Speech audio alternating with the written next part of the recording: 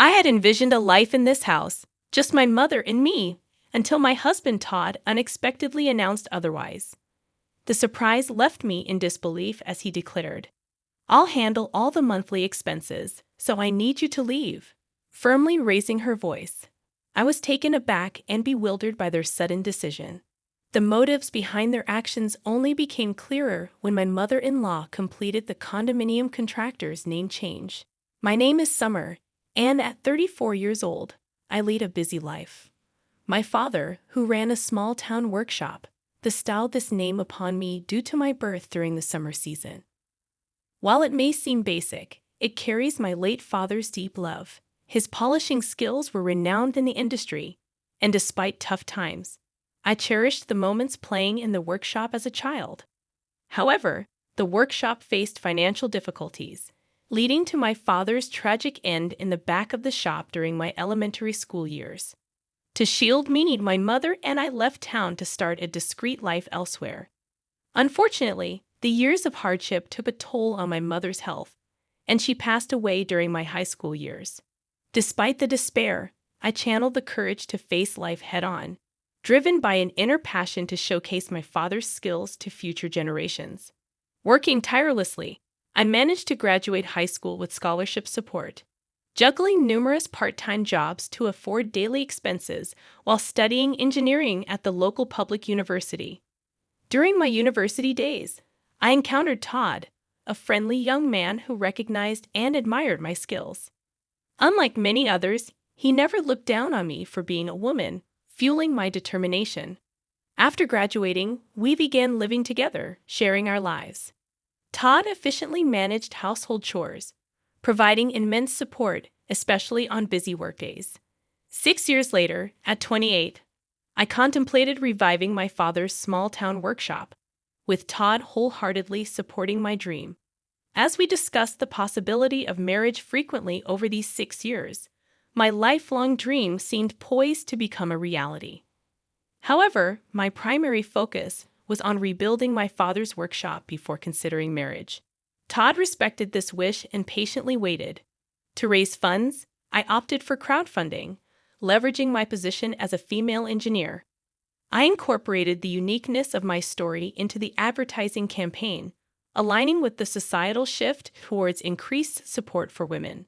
Carefully planning and persistently securing funding and the right personnel, after 4 years of effort, I successfully revived the town workshop. Mindful of the financial struggles the old workshop faced, I introduced state-of-the-art equipment and gave the factory a modern and sophisticated design. By establishing facilities and systems conducive to women, I aimed to create a workplace that was both productive and female-friendly. These efforts quickly elevated the workshop's status to top tier within the industry. While some might perceive my success as luck, it was, in fact, the result of numerous challenges and tireless efforts. Todd, my university partner, knew this best. However, Todd's career faced challenges, and while his colleagues progressed, he remained a rank-and-file employee. Growing frustrated, he started expressing his dissatisfaction, saying coldly, "You're really lucky to have succeeded. There must be someone better for you than me, right?" I repeatedly reassured him that my success wouldn't have been possible without his unwavering support. I genuinely believed his involvement in my life and career was indispensable. To express my deep gratitude and love, I proposed marriage. I valued his special presence, pure and warm-hearted sensitivity, bringing happiness to my everyday life. Despite finding great comfort and solace in his presence, I began noticing changes in his heart over the 10 years since we became adults. My hope was to dispel his insecurities through marriage. Upon deciding to marry, we rushed to inform our families. Contrary to my expectations, Todd's family home was an old, decaying wooden house that raised concerns about its stability. When Todd's mother first saw me, she remarked, "You're the daughter of the wealthy business owner they often talk about," reflecting my past fundraising and media exposure. In the pursuit of success, I had emphasized the importance of first impressions, but the reality of Todd's family background differed from my expectations. I dedicated considerable time and effort to my attire and appearance, aiming for a suitable impression. However, from my mother-in-law's perspective, my outfit might have appeared flashy and excessive. She started speaking in a sarcastic tone, implying that I owed my appearance to Todd's assistance. Despite feeling grateful, I sensed tension as I entered their quiet old house. Todd seemed to have something on his mind, but remained silent. His father, in tattered clothes and with a restless demeanor, reflected the atmosphere of the home. Apologizing for the state of their house, he acknowledged its issues and conveyed that it might differ from the appearance of a wealthy household. Trying to calm myself, I internally took several deep breaths. Each time I made a casual remark, Todd's parents responded with comments about how rich people have different ways of thinking and values than common people like us, making genuine conversation difficult. Back at home, I asked Todd about his parents' views on wealth, and he shared surprising facts. Since childhood, he was taught that fancy apartment buildings were probably built on wrongdoing, and wealthy people engaged in shady dealings. They were believed to lack understanding of others' feelings or hardships, and Todd was advised to avoid befriending children from wealthy families. Although I hadn't grown up in a wealthy family myself, I found it intriguing to understand the roots of his parents' strong feelings. Even afterward, Todd's parents disapproved of our relationship. His mother often expressed concern about me making him do too much, while his father advised him not to let married life be completely dominated by his wife. These sentiments seemed to contribute to Todd's declining self-esteem. Behind my successful career was a desire to fulfill my late father's dream, not a wish to look down on others or use them. Despite Todd previously discussing this with his parents, my social success left a lasting impression on them. Attempting to improve our relationship, I communicated and tried to understand them multiple times. However, no matter how much goodwill I showed, Todd's father approached me with bias, saying, "This is how rich people think." Their reactions gradually closed off my heart. Meanwhile, as Todd visited his family more frequently due to his father's deteriorating health, we started distancing ourselves, even though we were married and living together. About 2 years later, he suddenly announced that he had decided to quit his job because he was too busy with things at home. I was infuriated that Todd made such a significant decision without discussing it with me first. At that point, our relationship had deteriorated into a mere formality, lacking meaningful and sincere communication. He claimed to be busy with housework, but in reality, he frequently visited casinos and racetracks. When I confronted him about his actions, Todd dismissively suggested hiring a professional housekeeper, stating that he wasn't my servant, and we had enough money to cover the expense. His words left me deeply shocked and at a loss for a response. Around that time, Todd's father's health worsened, and he passed away. 2 months after receiving this news, my mother-in-law and Todd visited my house, and he unexpectedly declared, "I plan to live in this house with my mother, just the two of us." Taken aback by this sudden statement, I stood there speechless. Todd went on to say, "I will pay the monthly rent, so I want you to leave." Shocked by this demand, I could only ask, "Wait a minute, are you really able to pay the rent, Todd?" Instead of a reasonable response, my mother-in-law yelled at me, expressing her anger and stating that she couldn't forgive me for belittling them.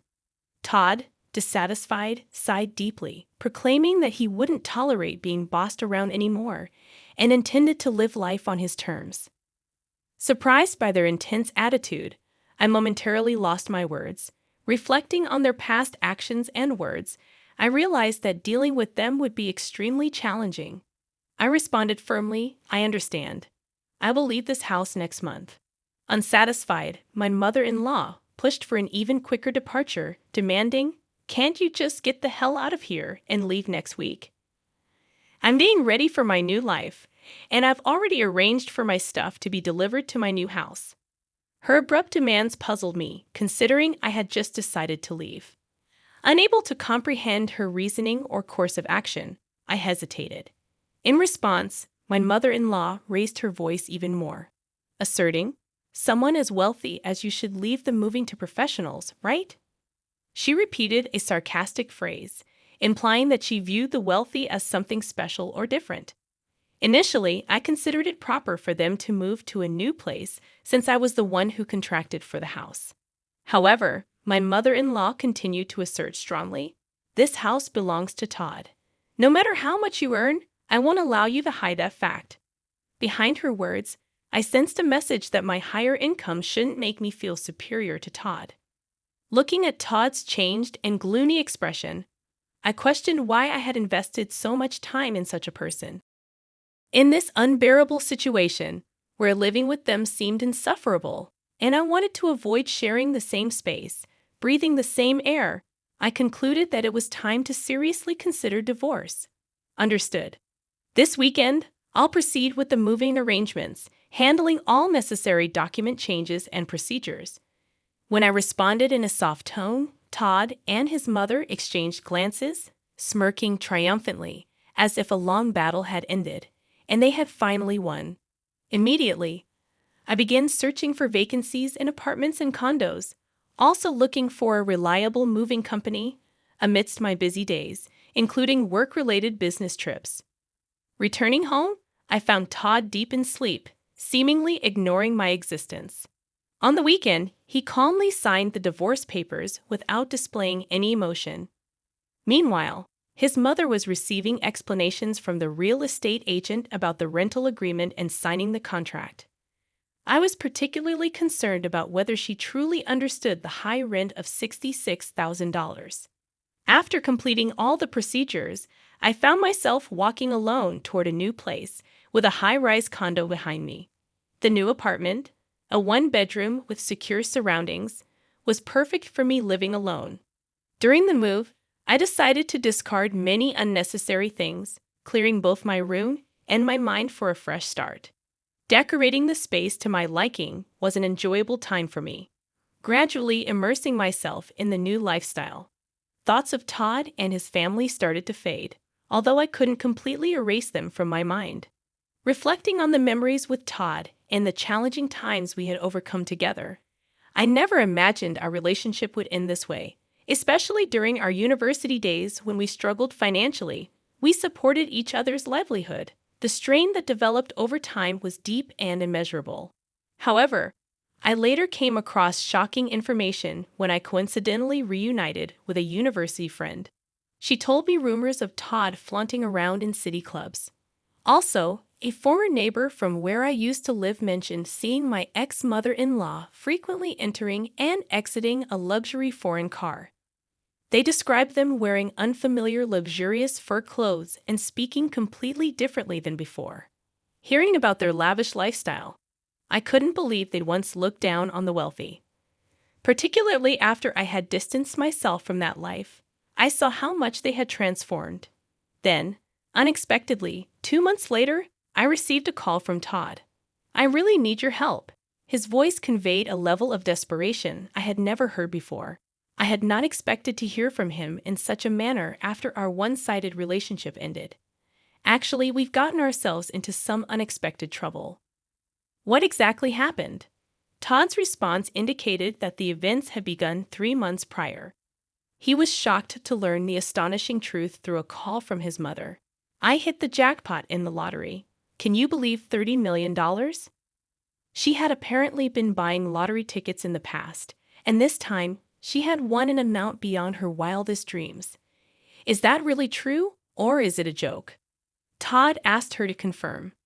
After checking the lottery numbers multiple times herself, the ex-mother-in-law assured, "There's no mistake.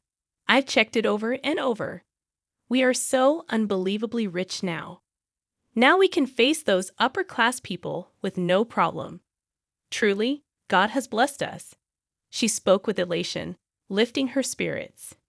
Moved by these words, Todd was in tears, and his mother added, "With this amazing stroke of luck, you can escape from that woman's clutches. Have you heard? She seems to be frolicking around with some young guy now. Such a woman should be kept at a distance." These words pushed Todd further, and his pent-up anger and frustration boiled over. "Now that we've acquired wealth, I won't be controlled by her.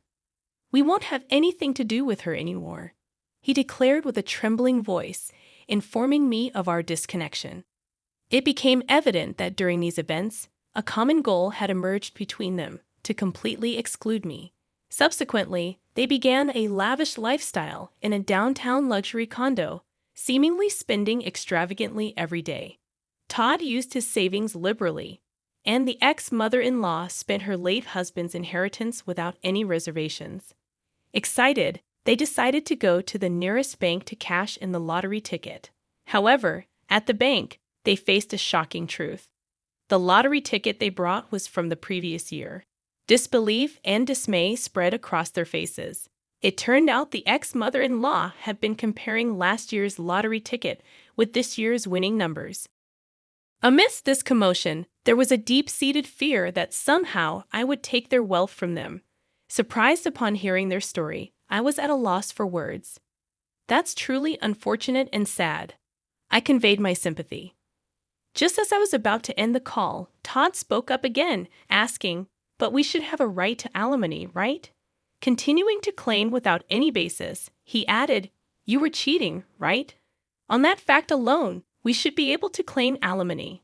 Explaining his situation, Todd felt stressed about the house and believed he had the right to demand alimony. However, it was clear in my memory that Todd had quit his job on his own accord. My emotions surged, and I couldn't tolerate such baseless claims. "I can't believe you would say such a thing, you sleazy man. Are you for real?" I raised my voice involuntarily.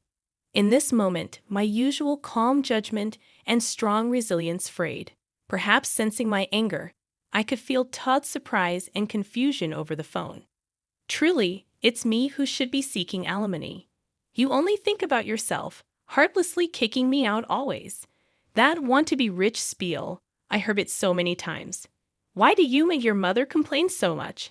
I can't tolerate this attitude of just being jealous without making any effort." I continued with an emotional outburst. After my emotional outburst, there was a moment of silence. Then, I felt a sense of clarity and hung up the phone. Their mistake with the lottery ticket astounded me, but now it was none of my business. Whatever fate they met was irrelevant to me. Days later, as I walked in front of my factory, I saw my ex-mother-in-law in a visibly deplorable state. She appeared before me and began to prostrate. "Please help me. We can't afford to return the $66,000. Please come back and be a part of our family again." That should have been clearly written in the documents. Why didn't he check them thoroughly? Didn't he understand how serious it all was? "And about that lottery ticket," I murmured slowly, choosing my words carefully. "Will you truly abandon a mother and child struck by such misfortune?" After a pause, I shook my head calmly and said, "I believe that luck, in many cases, is something you forge for yourself despite hardships. I have strived to carve out my own destiny. How much of that mindset did you have?" My words left her with a surprised and somewhat regretful expression. Struggling to find a response, I walked past her and started walking in the direction of the building. After a short walk, I turned around to find my former mother-in-law still standing there. But I never looked back again and kept walking, focused on the path ahead. As expected, Todd and his mother were eventually evicted from the luxury condo. They chose an old wooden shack as their new dwelling, having spent all their savings. Now they spend their days working various part-time jobs to support themselves and save for the future. Over the following years, I dedicated myself to my work, and my factory grew far beyond its original small-town scale. I secured funds to purchase a larger plot of land nearby and established a new state-of-the-art factory there. This newly built facility was designed with the comfort of the entire family in mind, complete with maternity leave and childcare facilities for employees. Although my parents were not able to witness this success in person, every time I see a smiling couple with their children visiting the factory, I remember myself as a child and feel a deep sense of relief and happiness at the sight of them.